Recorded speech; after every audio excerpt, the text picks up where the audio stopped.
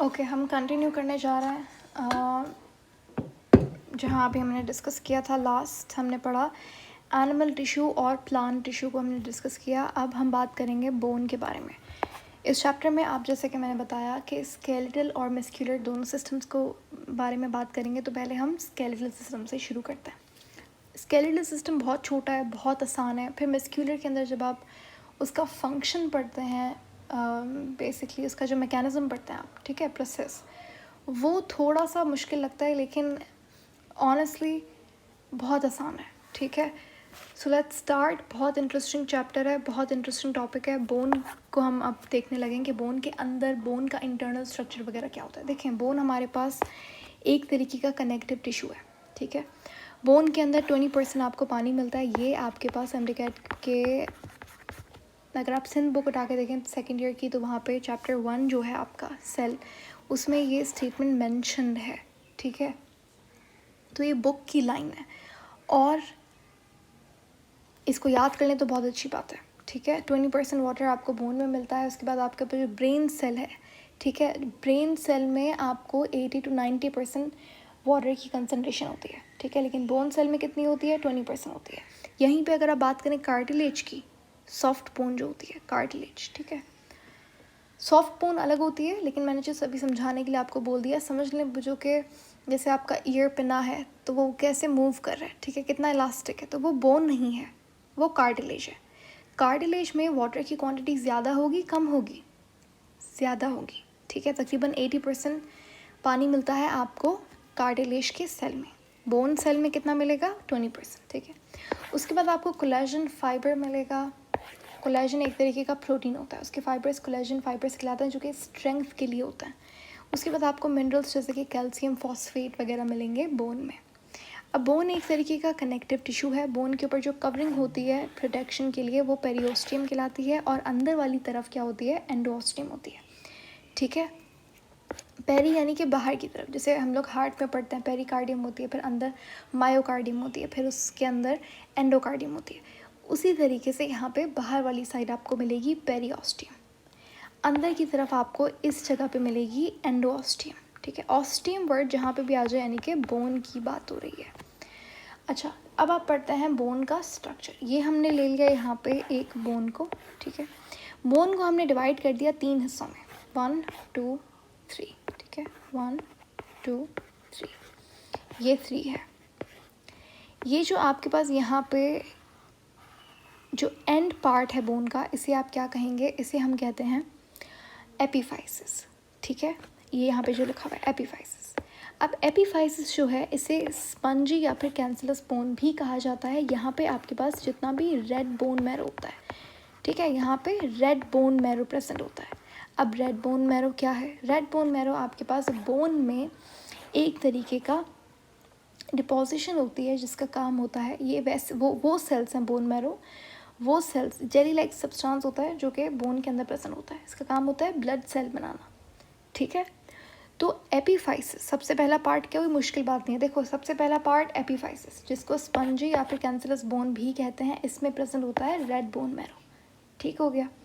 उसके बाद आता है सेकेंड पार्ट। ये जो आप यहाँ पे देख रहे हैं, ये हिस्सा जहाँ पे ये इस तरीके से कर्व दिख रहा है, ये कहलाता है मेटाफाइसिस, ठीक है। और ये जो सबसे आपके पास इम्पॉर्टेंट जगह है बोन का, जो बीच है, सेंटर, ये कहलाता है डायाफाइसिस, ठीक है। कहीं लिखा हुआ है, ये लिखा हुआ है, ठीक है। डायाफाइसिस का जो बाहर वाला हिस्सा है उसे आप कॉम्पैक्ट बोन कहते हैं। ये क्या है? ये कॉम्पैक्ट बोन है। ये क्या है? ये स्पंजी बोन है। स्पंजी बोन इसलिए कहते हैं क्योंकि इसके अंदर रेड बोन मैरो प्रेजेंट होता है। अब डायाफाइसिस सबसे इंपॉर्टेंट पार्ट है। ये जो आप हिस्सा जो देख रहे हैं, ये डायाफाइसिस है। अब डायाफाइसिस में क्या है? जितनी भी आपके पास ब्लड आर्टरीज और वेन्स होती हैं, वो डायाफाइसिस में प्रेजेंट होती हैं। ये आपको यहाँ पे दिख रहा है, ठीक है।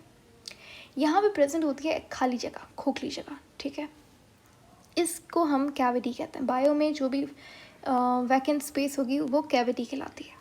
अब डायाफाइसिस में ये जो कैविटी आपको दिख रही है, इसे कहते हैं मेडुलरी कैविटी।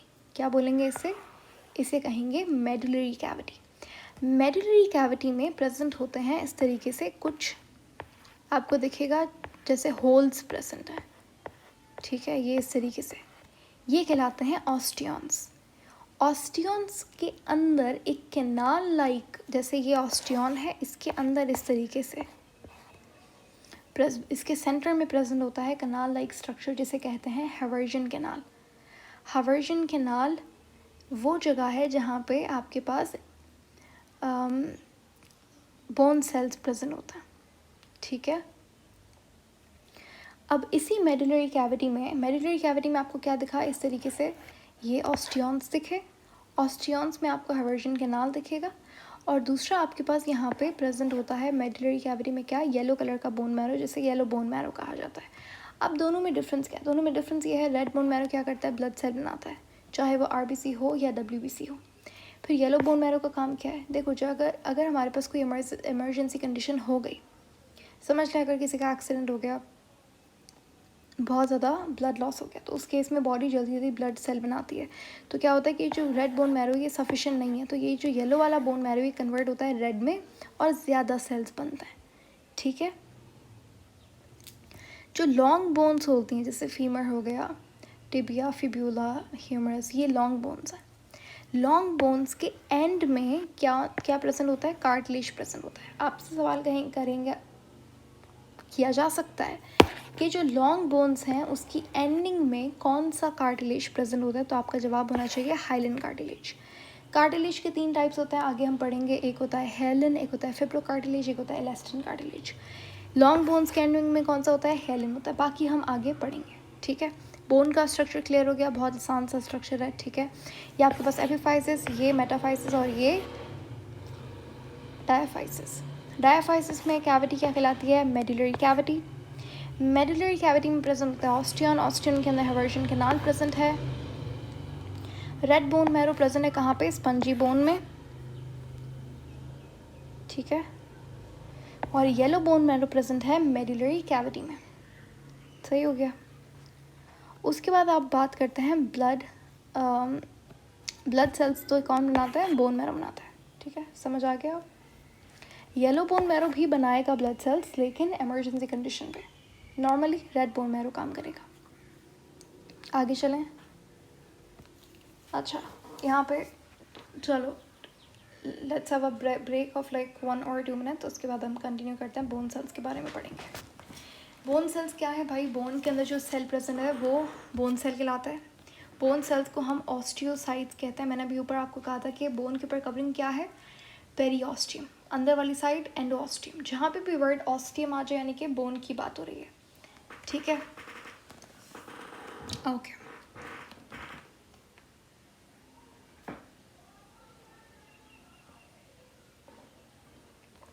हाँ जी, तो बोन, ओके, शुरू करें। ओके, अब जैसे आप बात करते हैं हार्ट की, ठीक है। हार्ट, जहाँ पे भी वर्ड कार्डियो आ गया, कार्डिक आ गया, तो वो हार्ट से रिलेटेड बात हो रही है। लंग्स की बात करें तो पल्मोनरी वर्ड का यूज़ किया जाता है। तो उसी तरीके से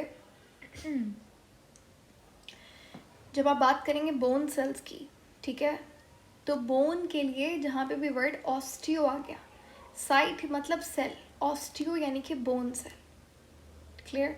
अब होता क्या है कि आपके पास पहले अगर आप एम्ब्रियोनिक स्टेज देखो तो एम्ब्रियोनिक स्टेज पे बोन बनती कैसे, बोन बनती है कार्टिलेज से। इसीलिए कहा जाता है कि कार्टिलेज जो है what is a precursor of bone, यानी कि बोन किससे बनती है, तो वो कार्टिलेज से बनती है। कार्टिलेज क्या है, प्रिकर्सर ऑफ सेल।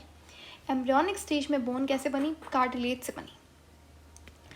अब क्या है, आपके पास जो इमेच्योर सेल है बोन का, इमेच्योर सेल जो नई बोन जैसे बनती है, वो है ऑस्टियोब्लास्ट। ये अनमिनरलाइज्ड यानी कि इसके अंदर मिनरल्स की डिपोजिशन, कैल्शियम फॉस्फेट वगैरह नहीं डिपॉजिट हुए हैं, ये इमेच्योर सेल्स होते हैं बोन के, ठीक है।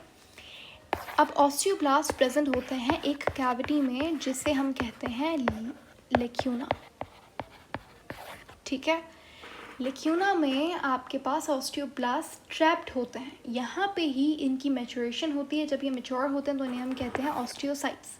ये क्या है, ये मिनरलाइज्ड बोन सेल्स हैं, ये लेक्यूना कैविटी के अंदर प्रेजेंट होता है।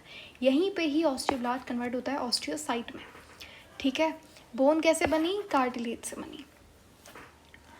सही है। तो जैसे जैसे अब जैसे कार्टिलेज है, तो कार्टिलेज से पहले बनती है सॉफ्ट बोन, सॉफ्ट बोन से फिर जो आपके पास एक मैच्योर स्ट्रॉन्ग बोन बनती है। कैसे बनेगा बोन सेल्स, कैसे नए बोन सेल्स कैसे बनते हैं? ऑस्टियोब्लास्ट से बनते हैं। ऑस्टियोब्लास्ट मैच्योर होकर ऑस्टियोसाइट बनाता है, ऑस्टियोसाइट से आपके पास बोन फॉर्म करता है। अभी ऑस्टियोक्लास्ट क्या है? देखो, हमारे पास बोन को रीमॉडल करने के लिए, रीशेप करने के लिए, उसके अंदर से कैल्शियम को रीएब्जॉर्ब करने के लिए कुछ सेल्स प्रेजेंट होते हैं जिन्हें ऑस्टियोक्लास्ट कहा जाता है। ऑस्टियोक्लास्ट, क्लास्ट यानी कि किल, जो ऑस्टियोसाइट को ख़त्म करेंगे। जैसे बोन है तो उसकी शेप जो है वो ऑस्टियोक्लास्ट का काम है, उसको शेप करना, उसको रीमॉडल करना, वो ऑस्टियोक्लास्ट का काम है। ठीक है। या फिर आप ये बोलें कि हमारी बॉडी में डेफिशिएंसी हो गई है कैल्शियम की, तो वो कैल्शियम फिर बोन से निकलता है। वो कैल्शियम कौन निकालेगा? उसे हम डीमिनरलाइजेशन कहेंगे। वो कौन करेगा? वो ऑस्टियोक्लास्ट करेगा। होता क्या है, समझिए हमारी ब्लड में कैल्शियम की डेफिशिएंसी हो गई। कैल्शियम की डेफिशिएंसी ब्लड में कहलाती है हाइपोकैल्सीमिया। हाइपो यानी कि कम, कैल्सीमिया कैल्शियम के लिए इस्तेमाल किया जाता है। तो हाइपोकैल्सीमिया की कंडीशन में आपकी बॉडी जो है एक हार्मोन रिलीज़ करती है। आपका पैराथायरॉयड ग्लैंड जो है, ये थायरॉयड ग्लैंड है। थायरॉयड ग्लैंड के इस तरीके से पी स्ट्रक्चर्ड 4 ग्लैंड छोटे छोटे प्रेजेंट होते हैं, इनको पैराथायरॉयड ग्लैंड कहा जाता है। अब ये पैराथायरॉयड ग्लैंड क्या करता है? ये पैराथॉर्मोन या फिर पैराथायरॉयड हार्मोन पीटीएच रिलीज़ करता है। पीटीएच क्या करता है? ये हाइपोकैल्सीमिया की कंडीशन में रिलीज़ हुआ है, तो ये कैल्शियम को ब्लड में बढ़ाएगा। कैसे बढ़ाएगा? सबसे पहले ये ऑस्टियोक्लास्ट को बोलेगा कि भाई बोन से कैल्शियम निकालो। ठीक है। तो ऑस्टियोक्लास्ट क्या करता है? ऑस्टियोक्लास्ट एक्टिवेट हो जाता है और ये बोन को रीमॉडल, मतलब बोन से कैल्शियम को रीअब्जॉर्ब करता है और ब्लड में फेंकता है। ठीक है। दूसरा पैराथायरॉयड हार्मोन क्या करता है? ये जाता है इंटेस्टाइन के पास और कहता है कि भाई कैल्शियम रीअब्जॉर्ब करो ज़्यादा से ज़्यादा। तो आपके खाने से विटामिन डी एब्जॉर्ब होता है। विटामिन डी आपके पास कैल्शियम को एब्जॉर्ब करवाता है। ठीक है। विटामिन डी कैल्शियम में क्या डिफरेंस है? देखो, विटामिन डी को आप कैल्सिटेरॉल, कैल्सिटोनिन भी कहते हो। विटामिन डी का, जैसे आप विटामिन ए को रेटिनॉल कहते हैं, विटामिन B9 को आप फॉलिक एसिड कहते हो, तो उसी तरीके से विटामिन डी को कैल्सिटोनिन कहा जाता है। अरे भाई गलत हो गया, कैल्सिट्रायोल कहा जाता है, आई एम सॉरी। कैल्सिटोनिन तो एक दूसरा हार्मोन है जो कि आपका एड्रीनल ग्लैंड निकाल रहा होता है।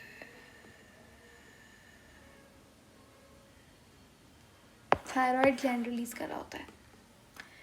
तो भाई हम भी कंफ्यूज हो सकते हैं, इसमें कोई वो वाली बात नहीं है। सो जस्ट मेक श्योर कि आप थोड़ा सा अच्छे से रिवीजन कर लें। तो खैर समझ आ गया। मैं दोबारा से रिपीट कर देती हूँ, बहुत कन्फ्यूजन हो गई है सबको। देखो, ब्लड में कैल्शियम की डेफिशिएंसी हो गई, पैराथायरॉयड हार्मोन एक्टिवेट हो गया, उसने पैराथायरॉयड ग्लैंड एक्टिवेट हो गया, उसने रिलीज़ किया पैराथॉर्मोन। पैराथॉर्मोन ने 3 चीज़ें करके ब्लड में दोबारा से नॉर्मल कैल्शियम कर दिया। सबसे पहला उसने ऑस्टियोक्लास्ट को एक्टिवेट किया, तो बोन से कैल्शियम निकल के ब्लड में आने लगा। दूसरा, उसने विटामिन डी का रीएब्जॉर्प्शन बढ़ा दिया खाने से, तो उसकी वजह से विटामिन डी क्या करता है? कैल्शियम को एब्जॉर्ब करता है। तो विटामिन डी ने कैल्शियम को एब्जॉर्ब करना शुरू कर दिया ज़्यादा से ज़्यादा। कहाँ से? खाने से। कहाँ पे? इंटेस्टाइन में हो रहा है, स्मॉल इंटेस्टाइन में। दूसरा, आपके पास जो किडनी है हमारी, वहाँ से भी कैल्शियम की रीएब्जॉर्प्शन होना शुरू हो गई। ठीक है। तो ये सारी चीज़ें करके ब्लड में दोबारा से नॉर्मल कैल्शियम लेवल हो गया है आपके पास। दूसरा, अब ये तो होता है हाइपोकैल्सीमिया। मैं जस्ट आपकी इन्फॉर्मेशन के लिए बता दूं, अगर ब्लड में हाइपरकैल्सीमिया की कंडीशन आ जाए, हाइपरकैल्सीमिया यानी कि कैल्शियम लेवल अगर बढ़ जाए ब्लड में, तो ये जितनी भी चीज़ें हो रही हैं दोबारा से रिवर्स हो जाएंगी। तो आपका थायराइड ग्लैंड को अच्छा नहीं लगता अगर कैल्शियम बढ़ जाए, तो कम हो जाए तो पैराथायरॉयड ग्लैंड नाराज़ हो जाता है। अगर ज़्यादा हो जाए कैल्शियम, तो फिर थायराइड ग्लैंड एक हार्मोन रिलीज़ करता है कैल्सिटोनिन। कैल्सिटोनिन ये सारी चीज़ों को रिवर्स कर देता है। ये कहता है ऑस्टियोक्लास्ट कि आप अब बंद करो काम करना। जितना भी कैल्शियम में ब्लड से वो दोबारा से डिपॉजिट होने लगता है। कहाँ पे? बोन में। ये जो रीएब्जॉर्प्शन हो रही थी इंटेस्टाइन में, ये कम हो जाती है विटामिन डी और कैल्शियम दोनों की। तीसरा, किडनी में किडनी क्या करती है, आपके यूरिन में कैल्शियम को रिलीज़ करना शुरू कर देती है अगर ब्लड में कैल्शियम ज़्यादा है, हाइपर कैल्सीमिया है। तो ये कौन ऑर्डर कर रहा है इनको, ये कैल्सीटोनिन कह रहा है। ठीक हो गया, दोनों कंडीशन समझ आ गई। ये आप और भी डिटेल में पढ़ेंगे कहाँ पे, हार्मोन वाले चैप्टर में। अच्छा, कैल्सीट्रायोल जो है वो विटामिन डी का दूसरा नाम होता है। ये क्या करता है, ये कैल्शियम की एब्जॉर्प्शन करवाता है फ्रॉम फूड। तो ये आपके पास बोन सेल्स के बारे में था, ऑस्टियोब्लास्ट, ऑस्टियोक्लास्ट, ऑस्टियोसाइट्स। ठीक है, बोन सेल्स कौन से होता है, ऑस्टियोसाइट्स होता है।